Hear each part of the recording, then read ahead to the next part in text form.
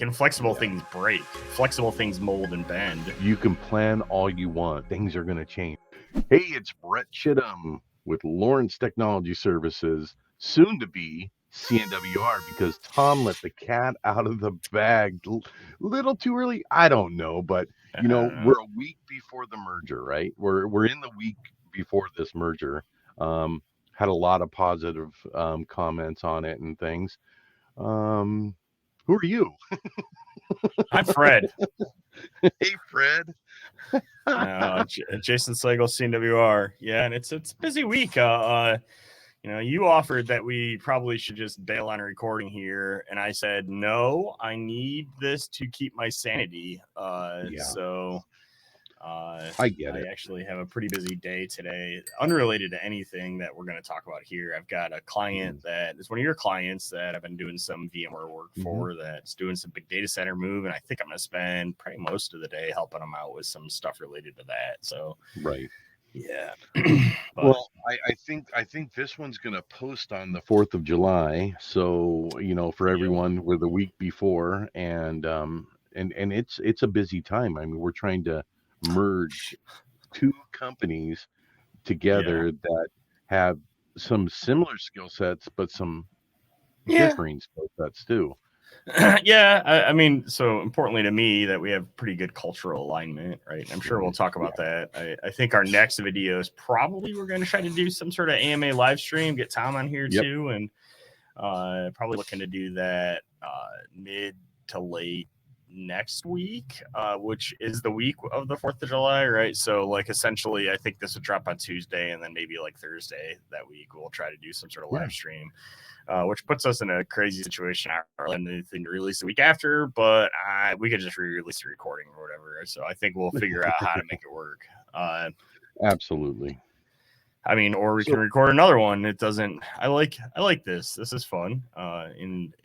This is actually not a stressor for me. It's a stress reliever for me. So I will take it every day of the week because it's a fairly stressful time right now. It's one of those crazy things where at least myself, I find myself waiting, right? Like we're finalizing up some agreement details and stuff like that. It's all agreed to on paper, so it's all just formalities and stuff, but they still need to get done. And a lot of other things in this type of thing, right? Like we're assuming all the employees. So, my week has been crazy. I still don't have a job offer out to you, for instance. And that's on my radar. That's all right. To get done today, and having to produce 7 job offers for 7 people contingent on this closing on the 1st, and then try to get skill sets and pay bands and all the other things that go with that align, because we're not that small anymore, right? Like with the acquisition of your employees, it will put us, you're 7, so we'll be 26 coming over. So that's a little bigger than we used to be. And so we have things like pay bands and titles and all those other things. We have public titles and then internally facing titles. Like you and I are kind of going back and forth a little bit based on, what your title is internally, which is basically what role you fill on my org chart because we're an EOS shop, what role you fill on my org chart in EOS versus what the externally facing role for that is called. And creator of opportunities. I like that. We'll go with I'll defer to what you pick, right? But basically, it's a VP of sales type role that you're going to be moving into. And I think that on the job description that I based all this stuff on, it says sales manager, right? Like, but it's virtually it's almost the same thing. It's the same role, right? It's just the only difference is, and the actuality is that I need to change the role on the piece of paper because what I'm asking you to do, you're joining our leadership team, right? So what I'm asking you to do is a leadership role, and it's funny because you think of titles and in a merger like this, because you're merging two companies that do similar things but are also very different in the runnings, right? Yeah. And in one sense, a title on your end is one thing, and a title on our end is another. And it's been an interesting dynamic, to say the least, of things. But we're a week ahead, and I look at my calendar right now, and I'm going, okay, I got to make sure I do this. I got to, because Yeah. for me, I've got to wrap up the books of Lawrence Yeah. Technology Services, Yep. and spin in because we have a ton of projects going on right now that are Yep. going to go into CNWR, and it's a one of, I can't mention the one we're doing on now, but it's a larger ISP in the Midwest that we're Yeah. doing a lot of wiring for, and it's an interesting thing to try to maneuver around that. Um, Tom, like I said, Tom dropped the ball. No, he didn't drop the ball. He dropped the hammer and told everybody. So everybody's excited.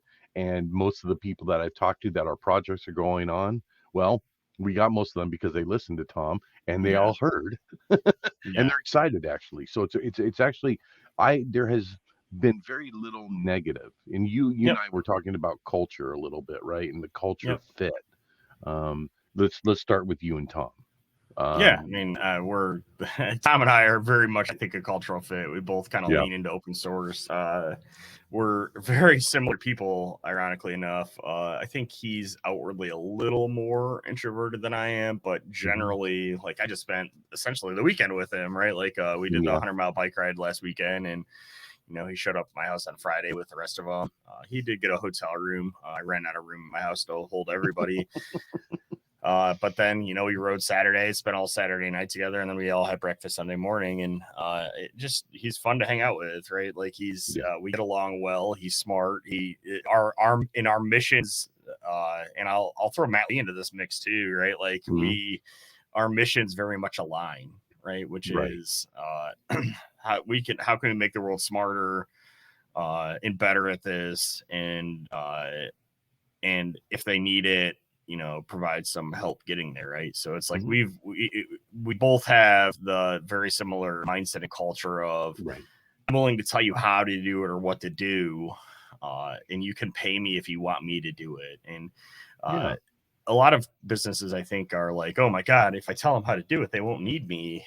You would be surprised that the risk aversion of companies that you can tell them exactly what to do, but they want you to be the ones to push the buttons just in case something happens.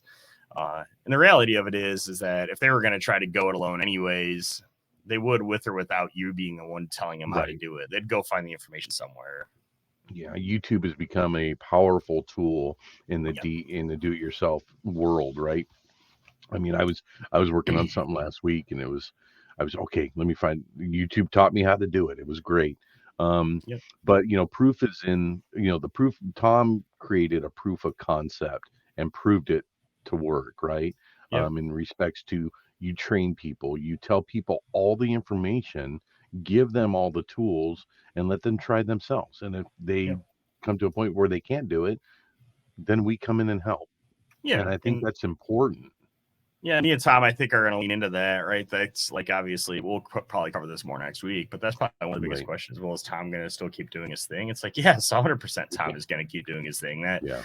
a lot of the driving reason for this is to free him up from not having to run business so he can lean into doing his thing, right? Like, Right. I think all of us want more of that, and I definitely want more of that. Hmm. I'll guide some of that. Some of that will probably come out under the CNWR name, and some of that will come Hmm. out of under the Lawrence Tech name, right, where it makes sense. Or some of it'll come out under both, right? Right. Like but 100%, right? Like Tom is joining as basically a community and content champion. That's the like Hmm. alliterative title I picked for him Yeah. that he kind of liked and leaned into, right? It's like I want him and I want our company and our combined company foster a sense of community, right? Yeah. And to try to produce content that's educational. And Tom Yeah. is basically going to be the champion of that. So eventually, I'm going to hire a content marketing person to do written pieces, and that person will roll up Hmm. through Tom. Yeah. And actually, because I think it's important to know that you have to have to be relative in the community, right? And to Mm-hmm. be relevant in the community, you've got to have content out there that, one, makes Yep. sense, and two, does give people some actionable things to do, right? Yep.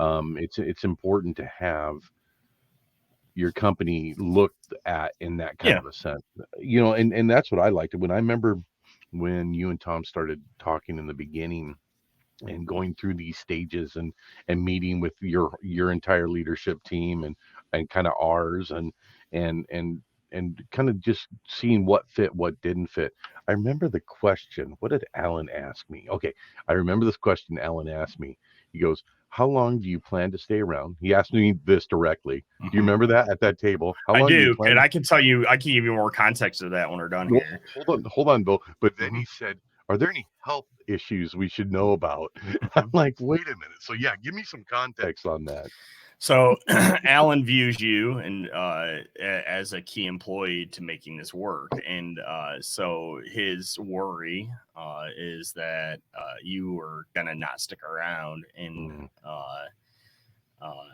so we had to quell that and make him realize that that's likely to be a thing. But that was an interesting topic of conversation internally, and for good reason, right? We've had in the past people in a similar role that they don't survive things like that, right? It's like but a lot of that depends on your relationship with Tom and your relationship with us as we go through And this, you right? too, It's on us. Yeah, it's on us to try to keep you, right? It's like you don't necessarily owe anyone anything, and you got to do what's best for you. But so it's on I us have to make nothing this better best for to do you. right now, anyways. Yeah. No, I mean, but seriously, the one thing I'm kind of a good example of a good employee and a good example of a dangerous employee all at the same time, right? Because I love what I do, but I don't have to do it, right? Yep. But I love what I do. So, in what Tom has enabled me to do in coming in, going from consulting with Tom to actually running and doing the sales aspects of Lawrence Technology Services to now coming into you. I've told you this for a while. I've been excited about this because my role is going to change in the essence of I get to focus totally on sales. The operational stuff, you guys have that handled. All the little minutia and the employee things. It's not about that. It's about focusing and building a team that we can raise up to excellence, right? Yep. I mean, you guys are pretty flat org, so I think on paper, everyone there essentially reports to Tom, but functionally, I think everyone pretty much reports to you, or most of them report to you for day-to-day activities and stuff like that. And you do get the advantage, for better or worse, or most of those are going to roll up through Matt somehow, although I think that's going to have to be short term because I'm not sure how scalable it is for Matt to have like 13, 12 direct reports. But we'll work through that, and I'm sure we'll figure it out, right? But you're taking one of the guys on your side, and then on my side, Jeff actually, and I told us yesterday that he's moving to Florida and moving on, unrelated to any of this stuff. Like his family's down there, and it just became a good time to do that. But I also just hired Brett, who so now it's going to be the Brett's in sales, and we're going to refocus him onto account management. We were originally, I'd hired him to be outside sales. I actually thought he'd be a better fit in account management, but with Jeff moving on, I'll just repost that position and we'll move Brett over to account management, and it'll be good. And I'm excited about it. But you'll have him, and then eventually, I think you'll have potentially two others under you. Like my goal would be maybe not by the end of this year, just because of the complications, but definitely by the end of Q1 next year. The sales team on our side will probably be 5 people. And it's important because let's look at it. At Lawrence, I've been dealing with the MSP sales part of it and the project sales part of it, right? They're two different mindsets. That's something you and I talked with in depth. It's so having somebody that's doing just the MSP portion and somebody doing, project sales work, and project sales work is integrated in so many different ways as well. So it's kind of neat that we are going through this process this week of okay, where's everyone going to sit? Where's everyone going to be?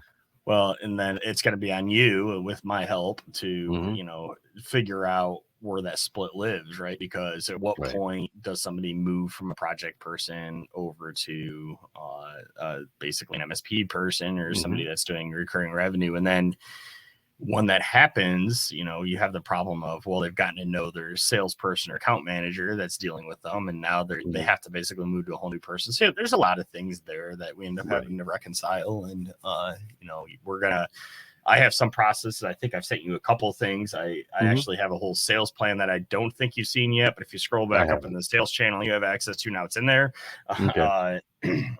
And you know, we'll be flushing out some of those processes in a more formal, because when there's only one or two guys, you can be pretty informal with your process, but once you get over that, you really need to start dialing it in.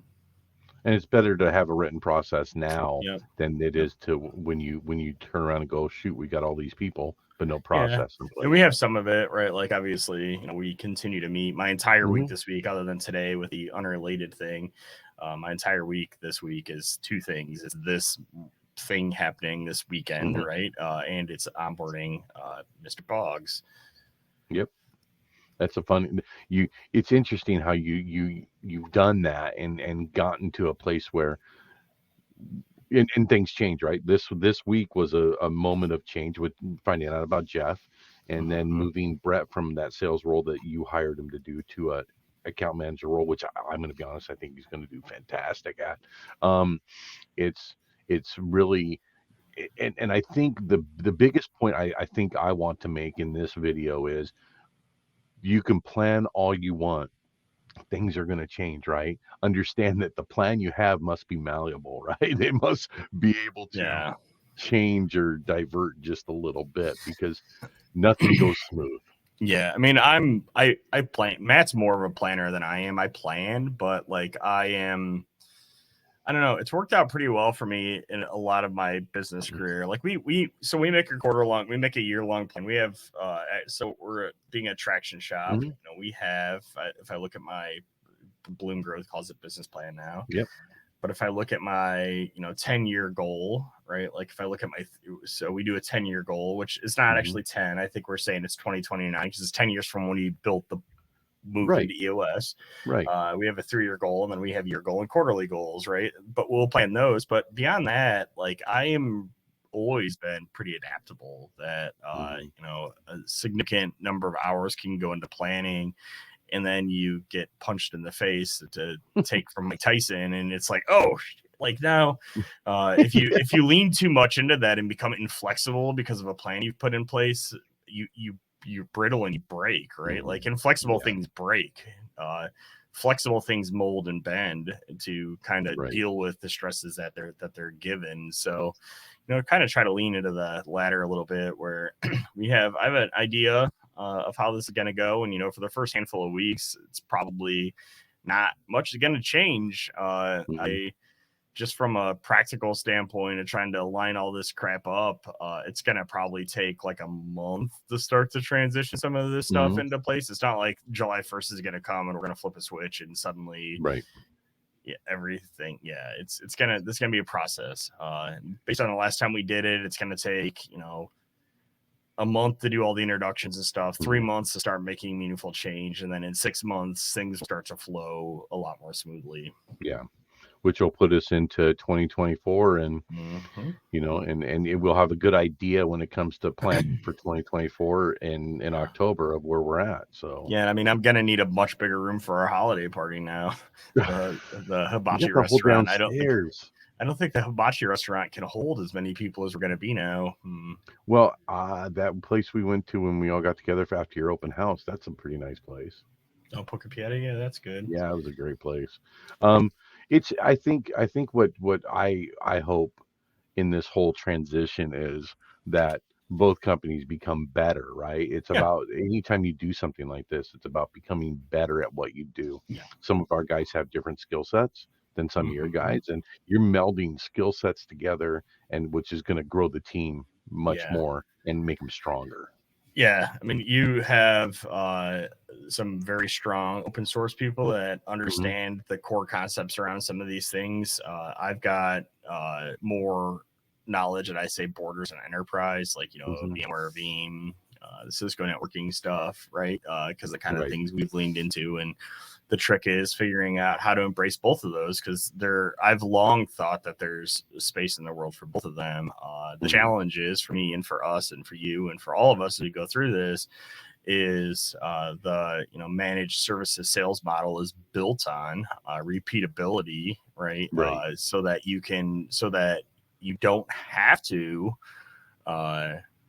essentially do one-off consulting for every single customer you touch every single time, right? So that things are generally look the same. So, one of our first challenges is going to be to align those stacks and figure out, okay, I'm fine if we PF Sense or Untangle is something we lean into in some cases, but let's define what those are and figure out what supportability looks like, and all those other things. And those are challenges that we're going to come through as we do this. And my goal is to be relatively open and transparent about it with the rest of you, so that you can kind of see how we land where we land. Yeah, because I mean, it'll be interesting to see 6 months from now what this video looks like, right? And what we're talking about, in our I'm thinking and hopeful that it will be talking about the success that it's been. So I hope so. I mean, I'm confident that we will be. We just went to Brett in his first week. We ended up at an Ingram Micro event it was in Cleveland. It's normally in Buffalo, and they had a guy. I can't remember his name. The Mentalist. Yeah. Was that it? Yeah. Yep. Mentalist. Amber's gonna find who the Mentalist is, and she's gonna post it right up on the side there. But I actually got to talk to Brett about that and to hear his thoughts on it. And he's been in account management and sales for a long time, and he was just like, wow. This guy is the thought process this guy goes through, and the thought process that we should be going through in a lot of ways as well. So yeah, there were two. The card guy in the morning was really interesting, but the guy, man, why can't I can't find his name, but I mean, he was awesome. But one of his big messages was, mindset, right? It's like we have to vision this, and if our picture of this in our mind is successful at the end, then the things will naturally happen to make that to make what we're picturing a reality, right? Whereas if you approach things with a bunch of negativity and doubt, or this is never going to work, then you know what, you can definitely create that reality with your mindset. So we're going to approach this with the mindset of, hey man, we got this, like we'll figure it out. Like will there be challenges? 100%. 100% there will be challenges. We haven't had you or I or me and Tom or anyone, we haven't really had a good debate or challenge yet on anything. I'm sure they will come. I like debate. Respectful. Yeah, right? I like debate, and I welcome it, because I feel like if we both come with our strongest opinions and we debate them, then what we come out with is both of us an understanding of the other person's opinion, and usually the solution we arrive at is what neither one of us came with. It's a blend of the two. Yeah, so. And that's always important. And sometimes, let's face it, sometimes, Jason, you're right. Sometimes the other person's right, or so it's going to be interesting to see when that happens, because not if, it's going to be when something like that happens. I don't have any doubt in my mind that it'll be amicable type of a debate, right? And it'll work out to be for the best of everything. So I think when we thought we were going to go quick on this, we're at 24 minutes. Wayne Hoffman is the guy's name. So there it is. Okay, the Mentalist, Wayne Hoffman. Yeah, I am. We have a lot to do. We have a lot of little things. It's in the details, right? The fine points and what needs to be done on our end and what needs to be done on your end. But it's exciting. And so, next week we'll be live, right? We're going to go live with Tom, and Tom can talk about this with you.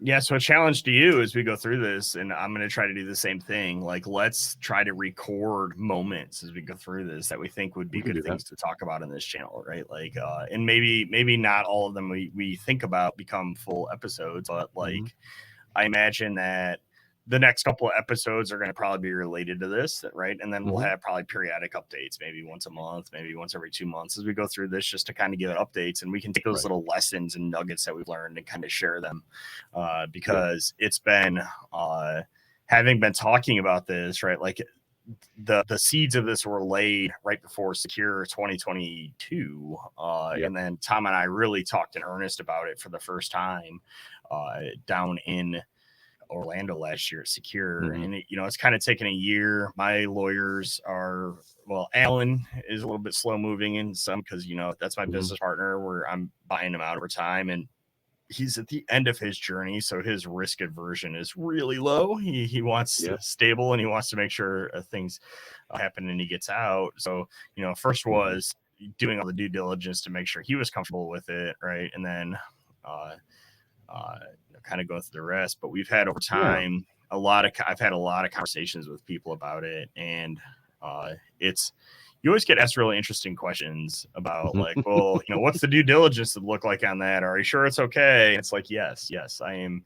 The numbers work, and at some point or another, you just have to go with this is a good idea, and we're going to do it. And so this is a good idea, we're going to do it. Oh, absolutely. All right, I think we should end with that, because next week's going to be exciting. Everybody that's listening, we're doing a live stream, and we'll let everybody know about it. So please join us and ask us questions when we do that. Ask questions down below, and we want to answer them and get back to you. What else do you want to know about, right? What else do people want to know? What can we talk about? Yeah, I mean, the format of the live stream I think we're going to do next week is basically like an MA. Like, I'll answer anything. There may be one or two things where I'm like, okay, well, those are financials that I'm not comfortable sharing publicly. But like generally, I am relatively transparent and relatively am an open book. So we'll talk about anything. So drop your questions down below, and we'll hit them. Absolutely. All right, man. Everybody, make it a great rest of your week. Exciting times ahead. Exciting. Talk to you later. Bye.